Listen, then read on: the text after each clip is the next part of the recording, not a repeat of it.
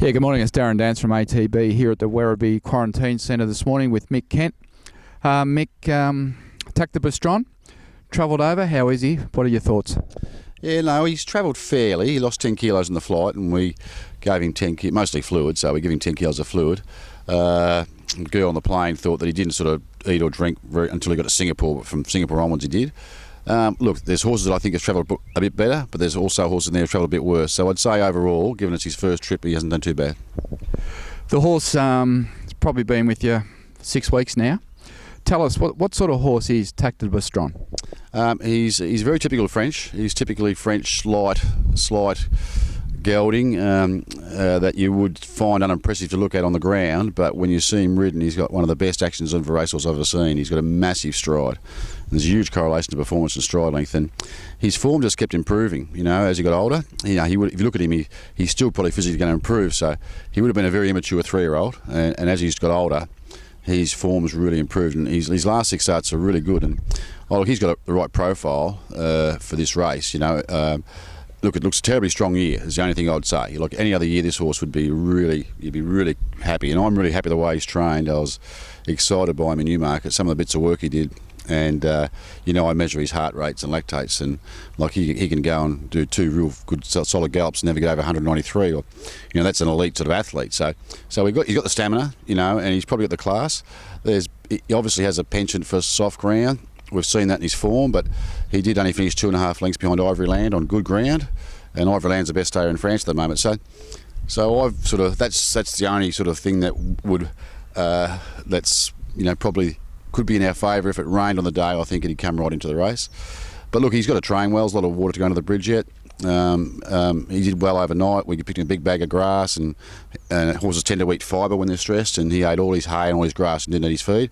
But he's eaten his breakfast this morning already, and he's been out for a walk. And look, we're here a week earlier than normal. Usually we're here, so they cut out Corfu Cup Day. We're here a week earlier, so that'll all go well for him. As long as I keep watering the Werribee track here, so we can work him and do some decent work with him.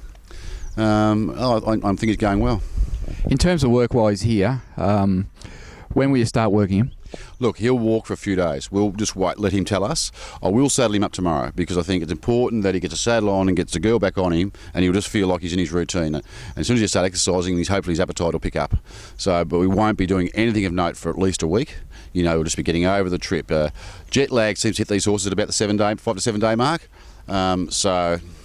Hopefully we'll just monitor him. He'll tell us. I mean, we sort of really monitor his, obviously his temperature, his heart rate, his appetite and all that sort of thing. But he won't do anything serious for a week, and then we'll start doing some strong canter work. I had him fairly fit coming here. We did some really good work in England. He was trained in France on flat, and the time in England, we spent a lot of time in the hills in England. Warren Hill, Long Hill, Side Hill, did a lot of long work there. He had 3 or 4 very fast bits on firm ground, so hopefully I've started conditioning his bones to our ground. I was just basically trying to set him up to be used to what he's going to face here. He won't, as I said, he won't do any work for probably another week. You'll find he'll just walk, for a couple of days, and we might just trot him for a couple of days, and then, after the weekend, we'll probably get stuck into some canter work with him. The Melbourne Cup's obviously his grand final. In the lead up, you're tossing up between Geelong and Caulfield. What are your thoughts? Yeah, look, Geelong's a simple race. You're at Werribee, you're only half an hour down the road.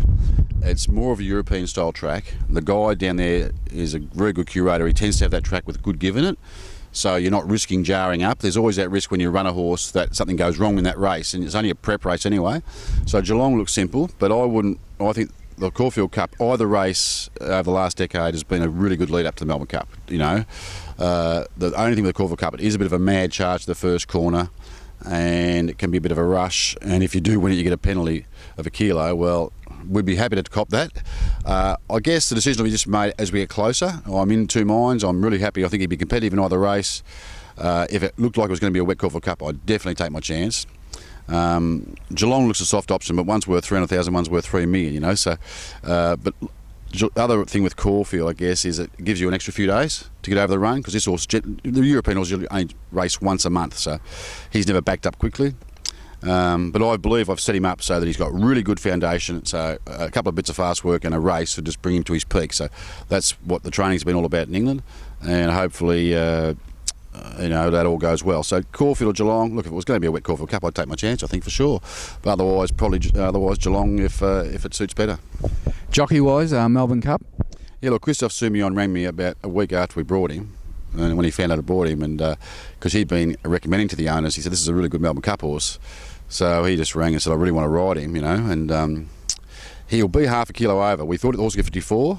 That's his limit with Christophe, but I think I'd be happy enough to take him. His best performance of this horse is when he's ridden him, so I think there's something in that for a start. Little negative that Christophe hasn't ridden at Flemington, but look, he is one of the world's best jockeys. He rides all over the world. He's in the Breeders' Cup in America on the Saturday before he gets here, so at this stage he's locked in to ride him in the Melbourne Cup. He's very keen, and I haven't discussed a jockey in his lead-up races, but I don't want to commit myself to anybody because we've got Christophe riding in the Melbourne Cup, so we'll pick a jockey who'll do what we want and the best jockey we can at the time. And finally, Mick, to have a horse coming for the Melbourne Cup and to have your own runner in the Melbourne Cup with us, what would winning a Melbourne Cup mean to you? I'm Australian and I love training stayers, so since I was 10 I wanted to win a Melbourne Cup, and I went to Asia for 9 years, and why I went to Asia was I went to Asia to make some money so that I could come back and set myself up where I could have the facilities to train good stayers, and that was what it's all about. And while I was in that over in Asia, I spent a lot of time in Europe. I went to France, Germany, England, Ireland, looking at their training methods and looking at their stayers, and just really knew then that this is the stayers of the future. This is where all their Melbourne Cup winners are going to come from, and so it's been a dream for a long, long time, but just to be part of it's great, I think, just to be part of it. It's exciting to have a horse here, and you're mixing with all the people in the quarantine. There's a great camaraderie about that international crew, and it's an arduous thing to do. It's not easy to do, to bring a horse all that way and come out here to do so.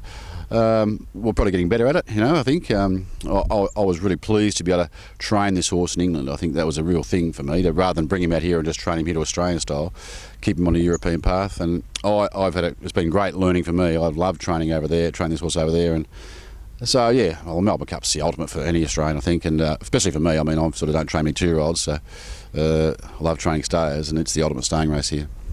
Yeah, the other horse I guess we should talk about is Unusual Suspect. He still holds an entry into that race. Tell us a little bit how he's going this time. Look, I think he's in great form. He looks terrific and he's working great. He first up run was good. His second run he was disappointing, but he really felt the ground.